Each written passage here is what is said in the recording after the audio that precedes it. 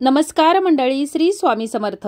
दिशा, वस्तू आणि स्थान यांचे वास्तुशास्त्रावर दृढ विश्वास असणाऱ्या व्यक्तींसाठी मोठं महत्त्व आहे। घरात वस्तूंचे योग्य ठिकाणी ठेवणं आवश्यक आहे, कारण चुकीच्या ठिकाणी ठेवलेल्या वस्तूंमुळे घरामध्ये नकारात्मकता आकर्षित होते। यामुळे प्रत्येक वस्तू योग्य ठिकाणी विचारपूर्वक ठेवावी। अनेक लोक आपल्या घरात फोटो किंवा चित्रांनी सजावट करतात, ज्यांना सकारात्मक वातावरण राखण्यासाठी महत्त्वपूर्ण मानलं जातं। वास्तुशास्त्रानुसार काही विशिष्ट फोटो आणि चित्रांमुळे सकारात्मक ऊर्जा निर्माण होते आणि आपल्या जीवनामध्ये प्रगती होते असं म्हटलं जातं। वास्तुशास्त्रानुसार घरामध्ये पेंटिंग किंवा फोटो योग्य ठिकाणी लावले तर घरातील अनेक समस्या दूर होऊन आपल्याला त्याचा लाभच होणार आहे। तसेच घरामध्ये सुख समृद्धी नांदणार आहे। घरात अशा अनेक भिंती असतात ज्यावर आपण विविध प्रकारचे पेंटिंग लावतो। अनेकदा त्या पेंटिंग अशुभ नसल्या तरी देखील त्याची जागा किंवा दिशा चुकीची असल्याने देखील त्या घरामध्ये सकारात्मक परिणाम दिसून येत नाही। यासाठीच योग्य पेंटिंग लावत असताना त्याचं स्थान देखील योग्य असणं गरजेचं आहे।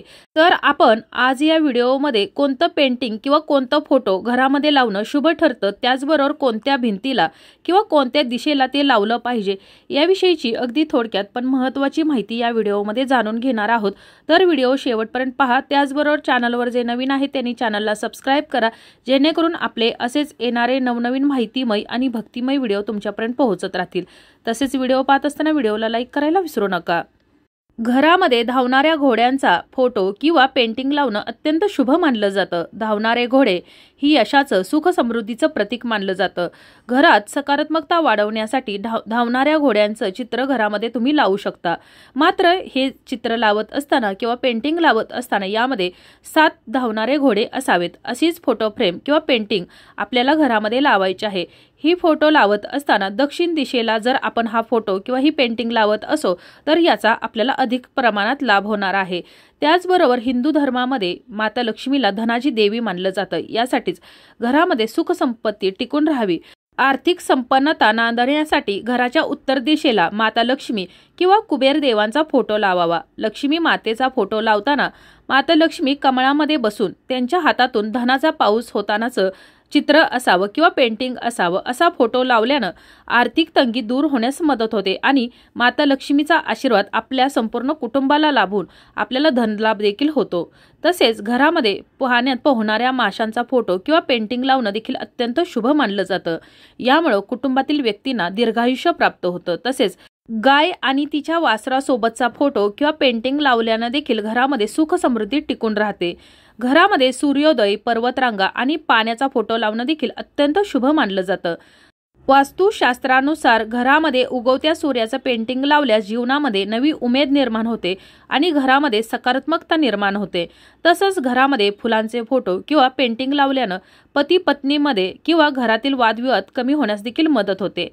घरामध्ये वाहत्या नदीचं चित्र लावल्यानं सकारात्मकता वाढण्यास मदत होते, शिवाय ताणतणाव देखील कमी होतात। पेंटिंगमुळे घरामध्ये ऊर्जा प्रवाहित होते।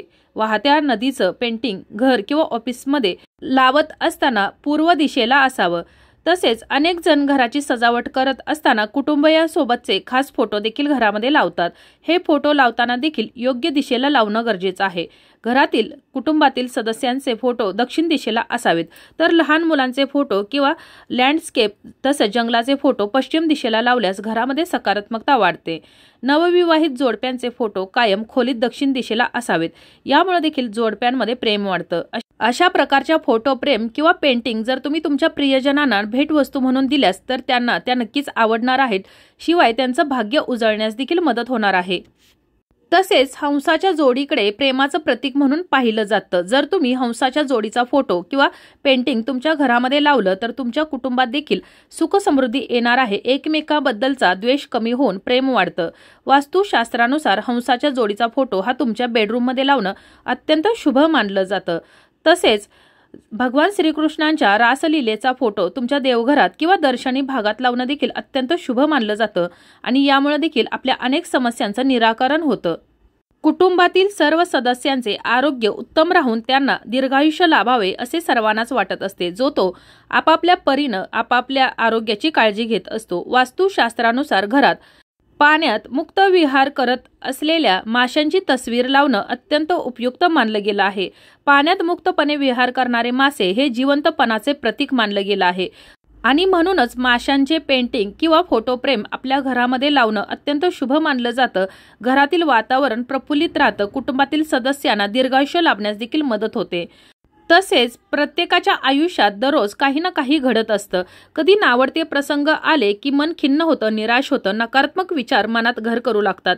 अशा वेळी घरातील काही गोष्टी आपल्याला सकारात्मकता प्रदान करण्यासाठी उपयुक्त ठरू शकतात। या फोटो फ्रेम किंवा पेंटिंग लावत असताना कधीही हिंसा किंवा युद्धाशी संबंधित कोणतेही छायाचित्र आपल्या खोलीमध्ये किंवा घरामध्ये लावू नये।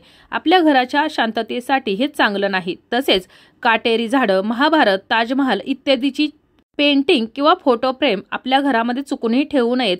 ही पेंटिंग नकारात्मकतेचे प्रतीक मानले जातात। त्याचबरोबर घरामध्ये प्रचंड झाडे असणारी, रडणारी किंवा नग्न मुले, वन्य प्राण्यांची छायाचित्र देखील किंवा पेंटिंग देखील ठेवू नयेत।